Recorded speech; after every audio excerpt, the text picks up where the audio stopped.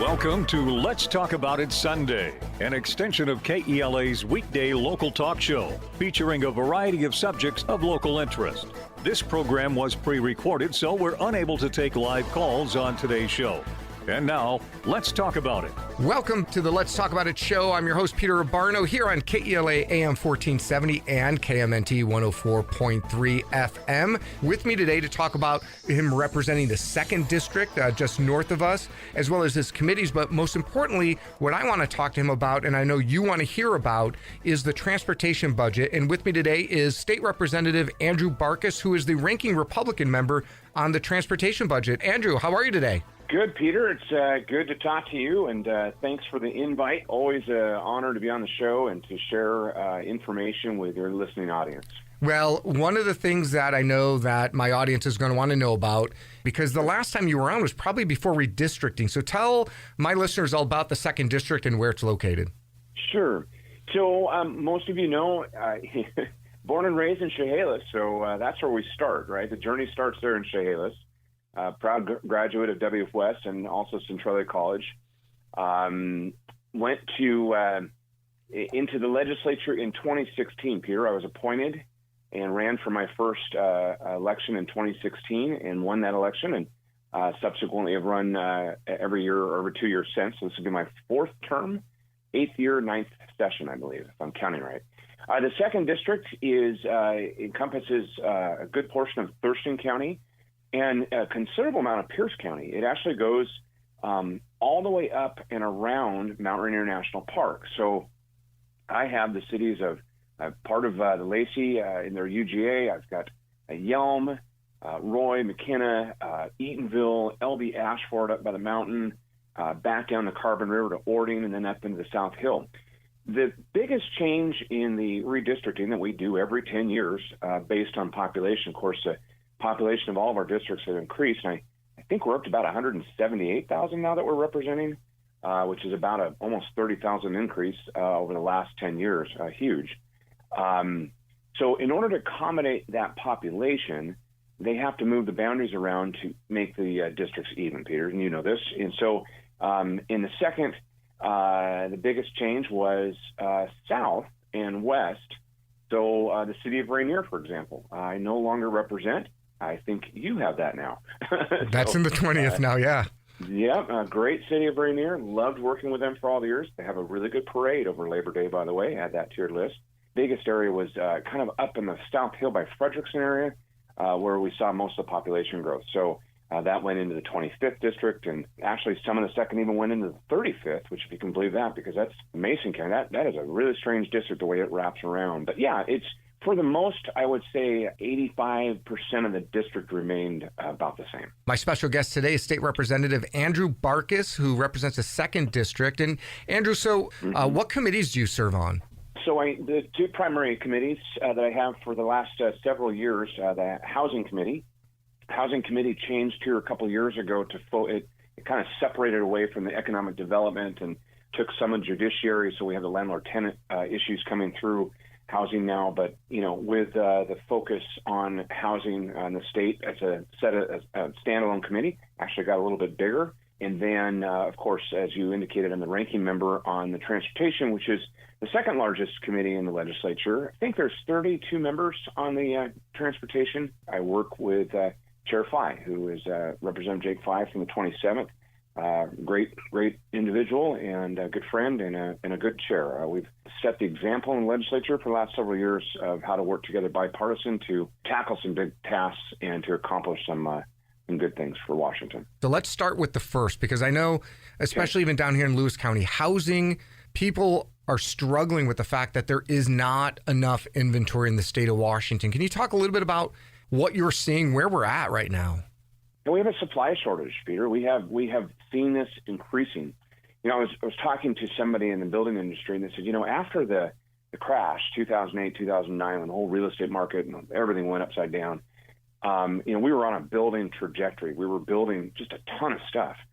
And we've never recovered from that due to a myriad of reasons, but we've never picked up that pace of building.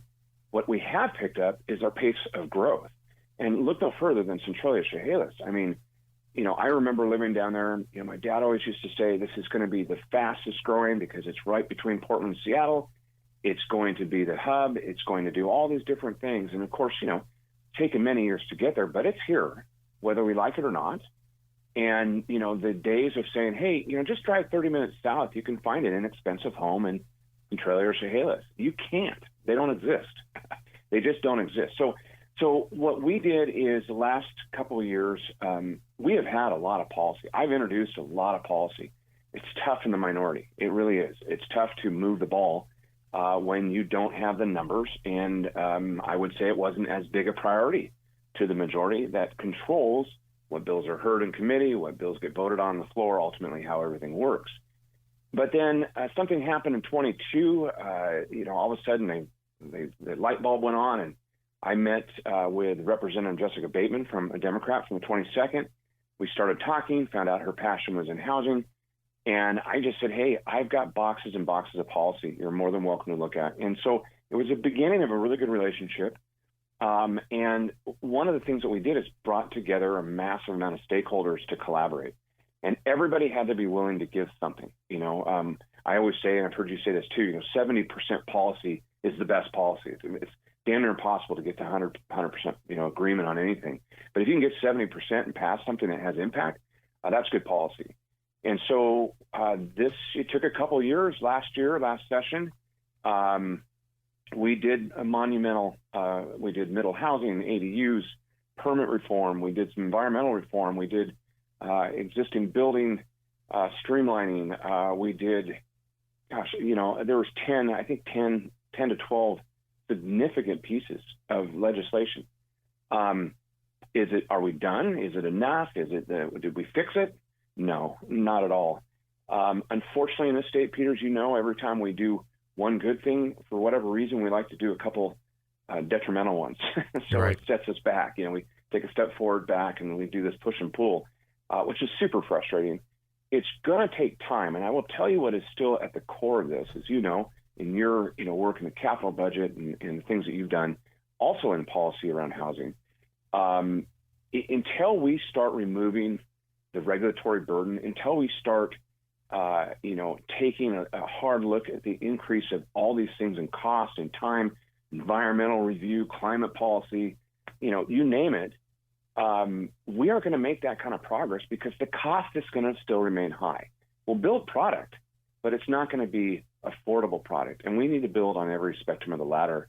And it starts with making it so that builders can build the type of units that we need. Representative Barkis, one of the other issues around policy people talk about, and you just mentioned it, and I think it's important to highlight, is we need to build along the spectrum.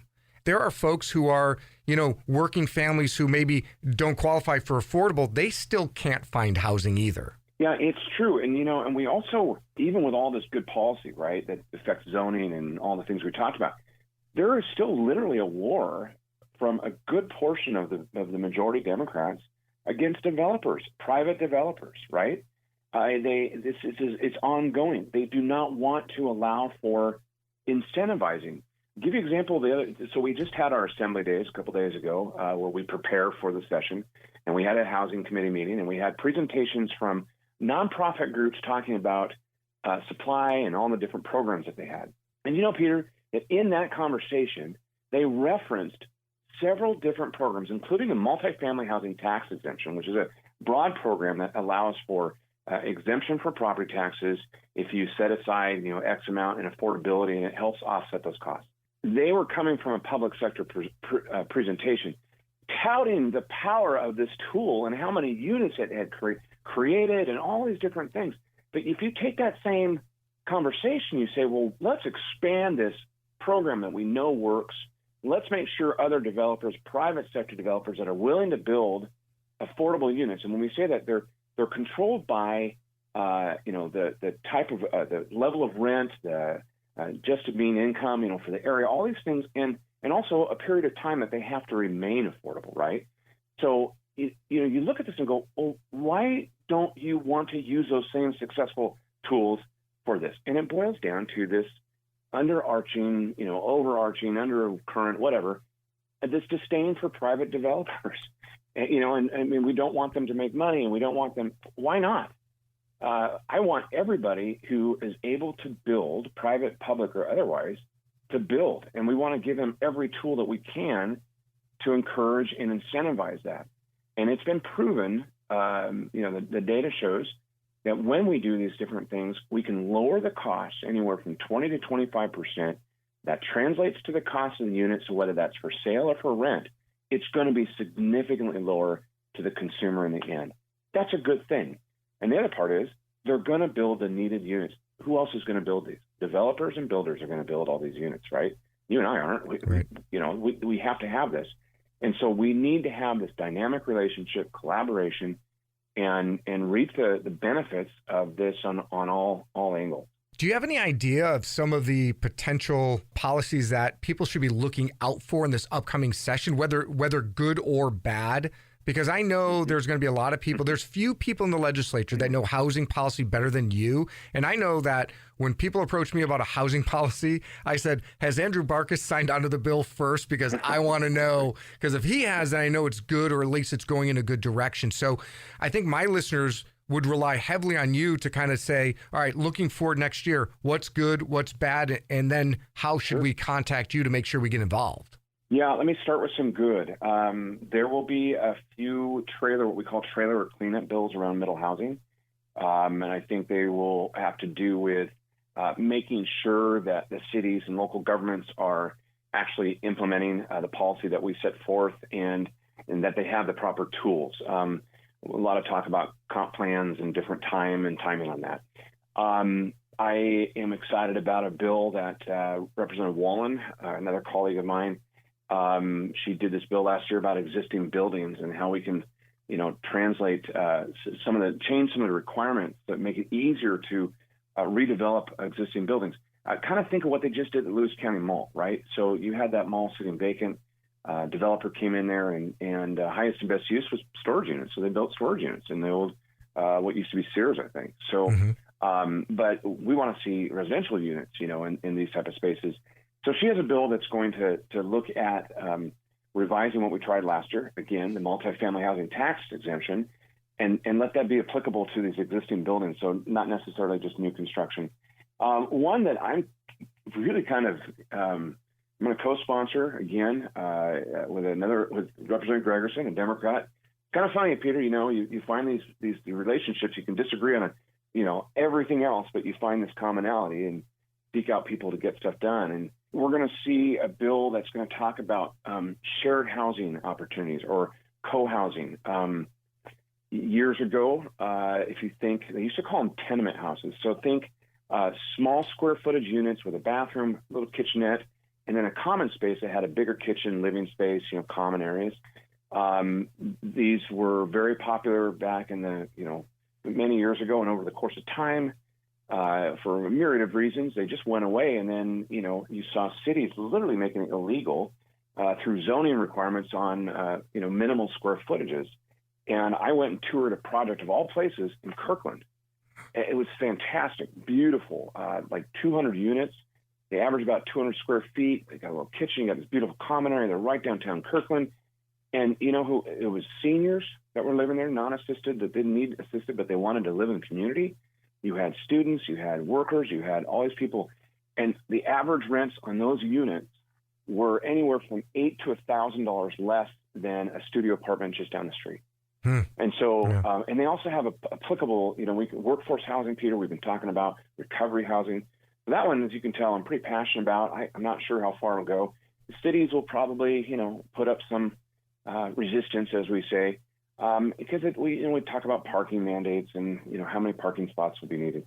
So that's kind of good. There'll be some, things that we can do to continue to work around the regulatory and incentive. The bad, landlord-tenant law. The fight is going to continue. When I said before, we do policy that moves the ball forward, and then we do policy that moves the ball backwards, right? And I believe that landlord-tenant policy that we've done in the House, which has been completely one-sided to the tenant and not helped protect the housing providers, the landlords, it's going to continue. We're seeing these ordinances throughout the state. They're going to come to Olympia. At the top of that is rent control, or what they're calling rent stabilization. which is a horrible policy. If it was such a great policy, Peter, it would be everywhere in the country. Like 2 cities, San Francisco and New York, that actually have a rental stabilization policy. Portland or Oregon, some of these local ones are trying to do something similar, but they've wanted to do this. It's like the Holy Grail here in Washington State, and they're coming with it. And of course, we're going to mount a very strong defense and alternative solutions. For example, I believe there's other ways that we can incentivize housing providers to keep the rents low while also helping them with some of their costs, like increasing property taxes. I think that we need to take a holistic look at the landlord-tenant law that hasn't been touched as a whole in almost 30 years. We've been nitpicking at it for years. Why don't we get a task force again, collaborative, bring people together, tell them what we need, and let's revise it. Let's do it right. Let's do it a right way as opposed to keep changing these different things that don't have any kind of semblance and make the process so hard. What I've heard, Peter, in talking to constituents throughout the state on this issue, and as you know, I'm in the business. I've been in the business for 30 years. The damage that is being done by these evictions and non-payment of rent, the numbers are staggering. It could be in the hundreds of millions of dollars of lost rent, and the amount of time it takes to remove. We've removed all accountability, all enforcement, and made the process damn near impossible to do. So that's the bad. I'm sure there'll be other stinkers in there. There always are. But it's a short session, so I wouldn't think we will see a lot of policy. But then again, you never know. You are listening to Let's Talk About It Sunday, an extension of KELA's weekday local talk show. Stay tuned.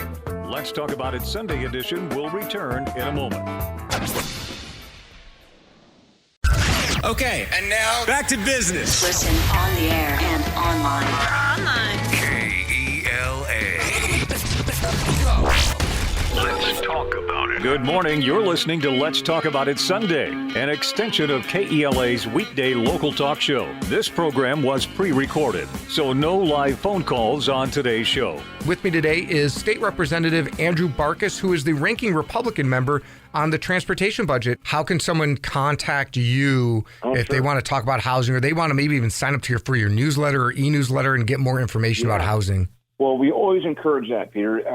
Really what we like to do is, of course, if you Google my name, Andrew Barkis, or if you go to andrew.barkis@ledge.wa.org, at ledge.wa.org, you can sign up for our email newsletter. We do videos. We do a lot of stuff during session.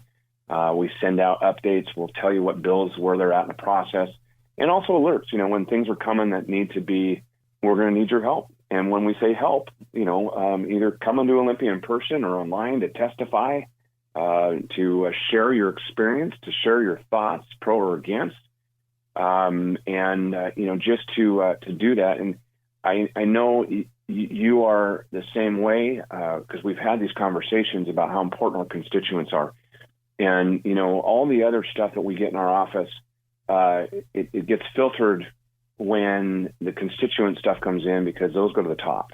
And, we want to hear from our constituents. We want to hear from the people who have lived experience, the people who these policies are affecting. And, because many people know I'm a storyteller and I'm going to tell your story and I'm going to share that and it has impact. And we've seen that impact in the work that we do. The other way you can reach Representative Barkis is go to representativeandrewbarkis.com, and that's Barkis, and sign up for his e-newsletter. It's really a great e-newsletter about housing and about the next issue that I want to talk about, transportation, because there's so much that people are frustrated about around gas and transportation. So let's talk about that role. Tell us what's going on in that committee. When we come back in January, the work that we're going to have to do is going to be some of the most complicated, challenging work that I've done to date. And the primary reason is we just got done doing the biennial budget. And what that means is we do a 2-year budget. We do like a 6-year projection. This is looking at the revenue coming in, the expenses going out, the projects, making sure that, the Mellon Street exit is going to get the dollars needed to continue, and that we've got the Chamber Way, and we got, this is the detail by which we look at this. And we did a really good job. I'm proud of work. We passed a unanimous budget off the floor of the House, and I think, by 1 or 2 votes in the Senate, which is, I can't remember in the last 20 years when that's happened. And that's reflective of good policy, right? Good work. The problem is that here in the last couple months, all of a sudden we start getting emails from WashDOT, Department of Transportation, and the governor's office, and saying, that project we had up in Highway 405, well, gosh, the bid came in and it's like 45% higher. So we're going to need another $300 million. And we're like, oh my gosh, here's all the reasons for it. Well, we got to do something. How are we going to do this? And then a week later, we get another one. That project 520 Portage Bay, and we got that big. I know you guys, the final phase, and you budgeted, $700 million for the final phase. Well, the bid that came in and everything else, it's $600 million higher. That's $500 million, 70% increase, Peter. And then the one that just kind of pushed me over the edge, and probably why I feel so wrung out today, is that we have a responsibility, an injunction with the tribes in the state of Washington to repair and correct fish passage barriers. We've talked about this in the show. We've had a lot of different things. Yeah. And we appropriated over the course of the next X amount of years to do almost $4.5 billion.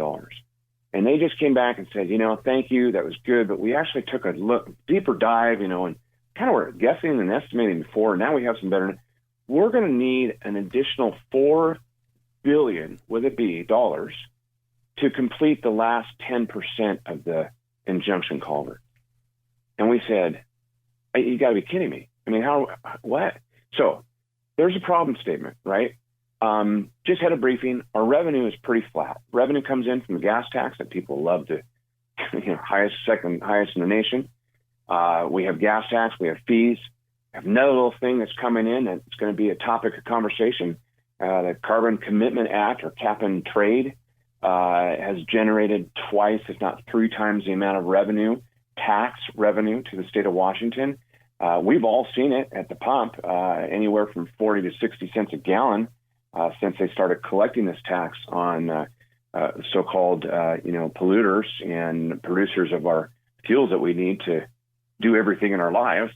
And so, that increase, but hey, there's about $1.8 billion, $2 billion that's going to, it's going to come into the transportation budget. So, we have this problem where we keep looking at the revenue side, declining revenue, increased costs, right? And it's always this call for, we need more revenue, we need more revenue, we need more revenue. Now, I won't disagree completely, because there are escalators, right? Highest inflation we've seen here, right? Thanks to our good administration back in D.C. It's the inflation. We all know what that does to the economy. All these different factors, supply chain, materials, workforce, which I know has been one of your key elements that you've been a champion on, workforce development, all these things. These are natural factors, right? But we take those into consideration when we budget and when we fund and do the different things we have to do. These 40 to 70% increases, how do you take that into consideration? You don't. It's impossible. And so I really think, Peter, I've been traveling state this year, and I've been talking to the people who build it, right? Contractors, heavy equipment operators, the unions, the tradespeople, you name it. I've been out. I want to know. And I've been asking, hey, Safe Space, tell me, is it easy to work with the state of Washington? And the initial answer is always the same. Not really. I said, well, are there other factors that increase the cost of a project? And they kind of, sink back a little bit and say, well, which ones do you want to know about? And then I get this litany and list of all these things that add millions of dollars here and there. The regulatory environment, the environmental, the permitting process. I mean, climate policy, Peter, all the things that we have to do to build half a mile of road, man, or put a sidewalk in.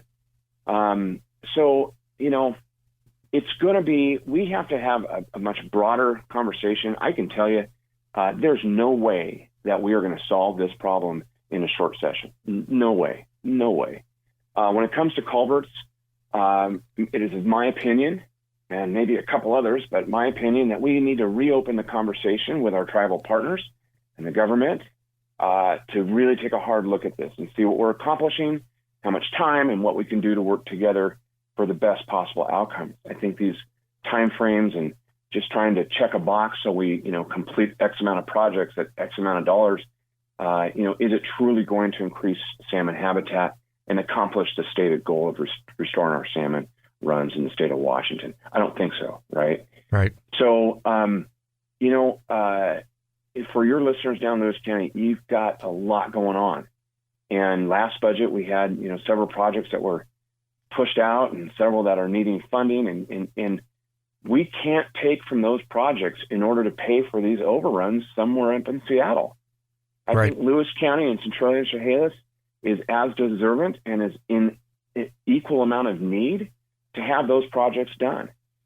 You have a project in North Centralia area that is literally opening up, thousands of acres for housing, retail, industrial.